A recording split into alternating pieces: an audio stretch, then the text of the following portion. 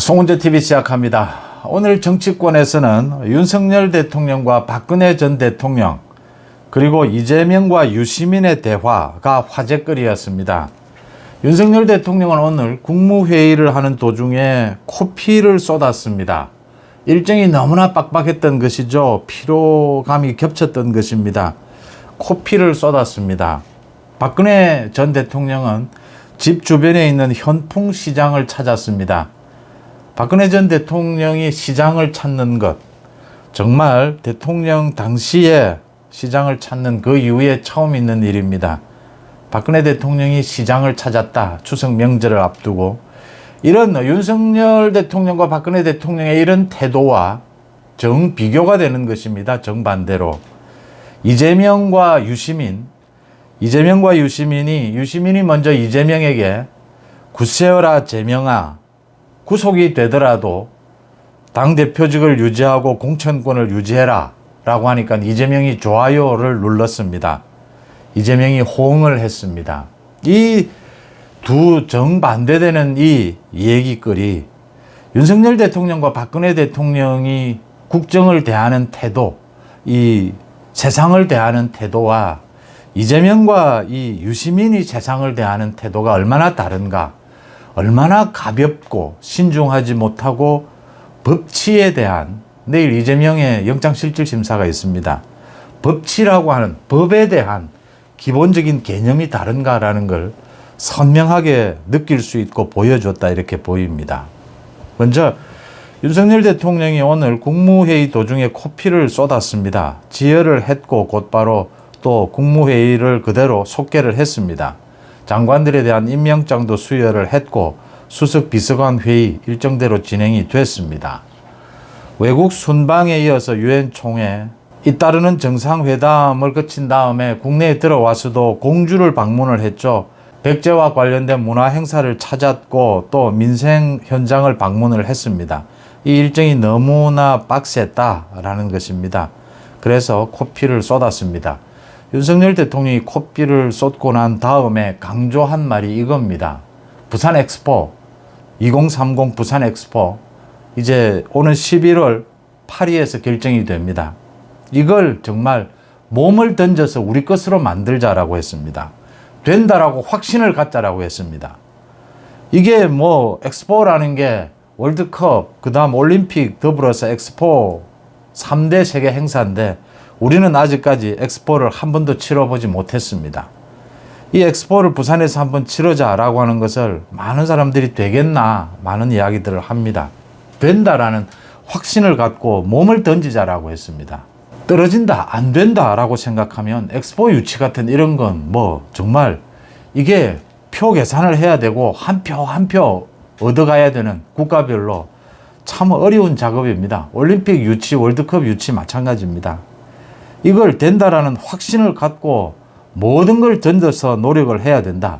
엑스포는 2030 부산 엑스포 유치를 하지 못하게 만약 된다면 하게 될 거라고 믿습니다만 만약 못하게 돼도 다음에 또 해야 합니다. 우리는 뭐 부산 엑스포 실패했으니까 이제 엑스포 안 한다, 이게 아니지 않습니까? 윤 대통령이 그 부분을 짚은 것입니다. 몸을 던져서 된다라고 생각하고 전 세계를 대상으로 뛰자. 뛰면 이게 우리께 될 수 있다. 그 이야기를 코피를 쏟으면서 했다. 윤 대통령의 국정을 대하는 진정성, 최선을 다하자. 그리고 결과를 기다리자. 오늘 그런 이야기도 했습니다. 사람이 최선을 다하면 하늘이 보살펴 주지 않느냐. 진정을 다하면, 그런 이야기도 했습니다. 박근혜 대통령이 현풍시장, 현풍 100년 도깨비 시장이라고 합니다. 시장을 방문했습니다. 말 그대로 뭐 상인들이 난리가 났습니다. 자주 나와달라, 보고 싶었다, 건강하세요. 박근혜 대통령이 지난번에 팔공산 동화사도 찾았었고 구미의 박정희 전 대통령 생가도 찾았었고 김기현 대표가 지난 13일에 사저를 방문하기도 했습니다. 박근혜 대통령이 시장을 찾았다. 제가 YS DJ 이후에 이 정치 쪽을 취재를 하면서 가장 인상적인 게 박근혜 전 대통령이 시장을 찾았을 때입니다. 박근혜 대통령이 움직인다라고 하면 선거의 여왕이라고 했죠. 박근혜 대통령이 특히 영남권을 어디를 찾는다, 움직인다, 박근혜가 온다라고 하면 이미 오기 전날부터 술렁술렁하는 분위기가 생깁니다. 바람이 부는 게 느껴집니다. 박근혜 대표가 선거 현장을 찾았다, 찾지 않았다, 4, 5%가 차이가 나는 하루 만에 이런 결과를 보여주기도 했습니다. 대단한 영향력이었죠. 박근혜 대통령이 그런 시장을 찾았다. 또 중요한 것이 김기현 대표와의 회동에서 박근혜 대통령이 내년 총선에서 국민의힘이 꼭 승리하기를 바란다. 뭐 박근혜 대통령의 어떤 행보를 놓고 뭐 친박의 재기, 뭐 친박 후보들에 대한 지원 이런 이야기가 있었는데 그런 부분에 대해서 박근혜 대통령이 분명하게 선을 그은 것입니다. 전체 보수 우파 국민의힘의 승리에 필요하다면 자신이 뒤에서 지원하겠다라는 뜻을 펼친 것입니다.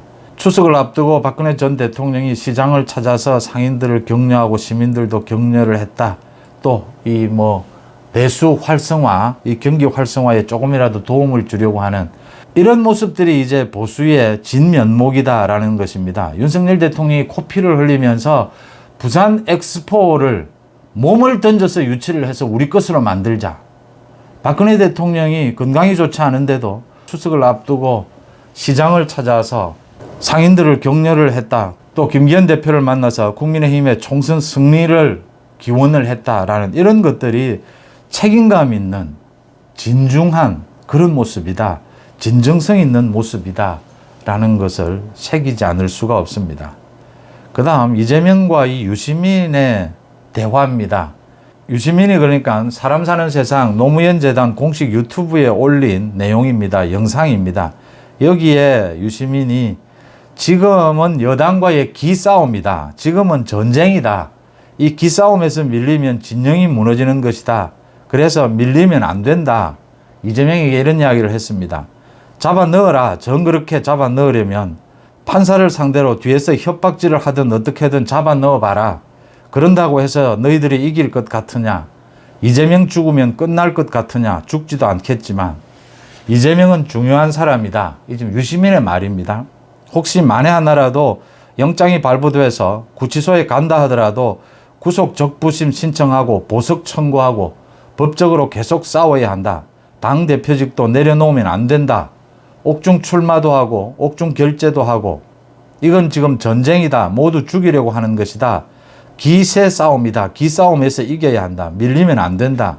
지금 이런 이야기를 했습니다. 그러자 이재명이 좋아요를 눌렀습니다. 지금 여권에서 민주당 전체를 죽이려고 하고 있는 전쟁을 하고 있다. 그래서 무슨 짓을 하든지 기세 싸움에서 밀리면 안 되고 이겨야 한다. 옥중 결재도 해야 하고 옥중 출마도 해야 한다. 이 참 무책임하고 이 세상을 보는 국정을 보는 이런 시각을 갖고 있는 유시민, 거기에 더불어 호응을 하는 이재명, 지금 정청래 마찬가지입니다. 지지자 40만 명의 청원을 받아서 재판부에 보냈다라고 합니다. 수박들을 색출해서 수박 색출 작업이 한창입니다. 모두 그냥 두지 않겠다. 정청래, 이거 조폭입니다. 유시민 마찬가지입니다. 전쟁 맞습니다. 전쟁 맞는데 지금 윤석열 정부의 검찰, 국민의힘 전쟁 맞습니다. 그런데 유시민이 말하는 것처럼 민주당 다 죽이는 전쟁 아닙니다. 비리와의 전쟁, 범죄와의 전쟁입니다. 민주당에서 또 국민의힘 어느 정당을 가리지 않고 비리 범죄를 저지르는 사람을 법치로 다스리겠다, 법으로 다스리겠다라고 하는 그런 전쟁입니다. 그 전쟁을 하는데 무슨 기세 싸움이 있고 이건 논리도 필요 없고 무조건 싸워야 한다. 이런 감정, 이런 공포 분위기가 왜 필요합니까? 이재명이 구속될 거다라고 예상은 하는 모양입니다. 이렇게 이재명이 구속이 돼도 옥중 출마도 하고 옥중 결재도 해야 된다라고 했습니다. 그건 민주당이 알아서 할 일입니다. 이재명이 옥중 출마를 하든 옥중 결재를 하든 그러면 민주당도 합리적인 많은 사람들이 있을 겁니다. 비교적 상대적으로. 그 민주당의 소위 비명 반명들이 그냥 있겠느냐. 그렇게 해서 민주당이 격렬한 권력 투쟁을 통해서 민주당이 다시 태어나는 것, 그건 지켜볼 일입니다. 그건 알아서 할 일인데 야당 대표가 그리고 유시민이 뭐 장관을 지냈습니다. 이 세상을 보는 시각입니다. 왜 옥중 출마를 해야 하고 옥중 결재를 해야 하느냐? 이재명이 잘못한 것이 없답니다. 지금 검찰이 한동훈 장관이 많은 증거를 제시를 했습니다. 증거를 제시를 해도 증거가 없다라고 합니다. 그 제시하는 증거를 놓고 이게 혐의가 없는 것이지 않느냐? 이게 검찰이 좀 과잉 반응하는 것이 아니냐? 이재명의 증거인멸, 사법방해, 이 부분은 사법방해라고 볼 수 없는 것이 아니냐? 이건 정당한 정치행위라고 볼 수 있는 것이 아니냐? 이런 합리적인 토론, 논거는 없습니다. 오로지 지금 뭐 정청래식입니다. 유시민 정청래. 물고 뜯고 싸우고 뭐 밑도 끝도 없습니다. 그냥. 법을 쳐다보는, 법을 생각하는 기본 자세가 이겁니다.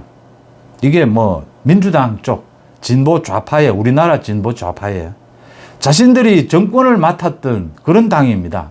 그런데 법을 자기들에게 필요하면 그 법이 맞고 자기들에게 불리하면 그 법 필요 없답니다. 이런 사람에게 국정, 이런 집단에게 국정을 맡겼습니다. 정치에 발을 들이밀어서는 안 되는 집단들입니다. 지금 문재인을 보고 그런 부분들 많은 이야기들을 합니다. 여기에 지금 이재명이 좋아요라고 눌렀습니다. 뭐 이재명이 당대표직을 유지할 수 있을지 뭐 공천을 할지 그건 뭐 크게 관심이 없습니다. 그건 뭐 이재명이 알아서 할 일입니다.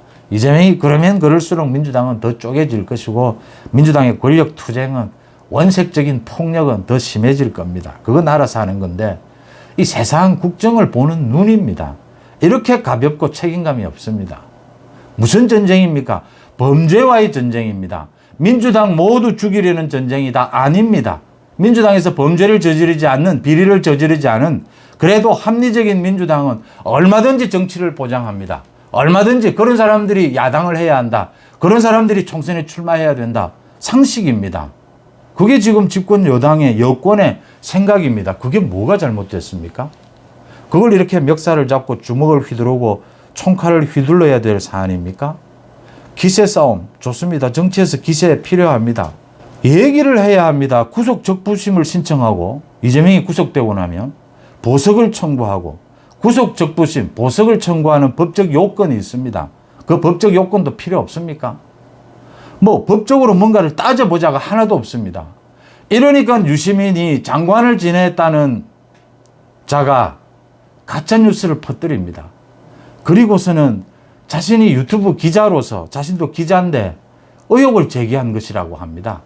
한동훈 당시에 검찰에 대해서 검찰이 그러니까 노무현 재단의 계좌를 뒤추적하고 있다. 이런 가짜뉴스를 퍼뜨리고 계좌 추적을 하면 곧바로 자신에게 통보가 옵니다. 본인에게. 모두 알면서 가짜뉴스를 퍼뜨리고는 의혹을 제기했다라고 합니다. 이런 인간들이 정치를 했던 것이고 우리나라 국정을 맡았던 집단입니다. 이 차이를 무엇으로 설명할 수 있느냐라고 하는 것입니다. 민주당, 야당도 필요합니다. 민주당을 지지하는 국민들도 많이 있습니다. 뭐 개딸들은 미친 듯이 민주당을 지지를 합니다. 그런데 이 부분은 생각해야 합니다. 도대체가 어디에서 지금 우리나라의 이 번영을 가져온 우리 사법 시스템, 이 법적인 근간, 어디에서 이걸 존중하고 자신들이 정권을 맡았던 사람들입니다. 어디에서 국정에 대한 책임감, 신중함, 어디에도 찾아볼 수가 없습니다. 이런 민주당 다가 아닙니다. 이재명의 민주당 일부입니다. 이런 일부의 민주당을 어떻게 법적으로 처리하지 않을 수 있느냐라는 부분. 이런 일부 민주당을 어떻게 정치적으로 허용할 수 있느냐라는 걸 생각하게 됩니다. 이재명이 구속이 돼서 옥중에서 뭐 출마를 하든지 뭐 결재를 하든지 그건 뭐 이재명이 알아서 할 일입니다. 민주당이 알아서 할 일입니다. 중요한 것은 이런 사람들은 정치를, 국정을 담당해서는 안 된다라고 하는 생각을 다시 한번 해보게 되는 계기입니다. 송재TV 마칩니다. 고맙습니다.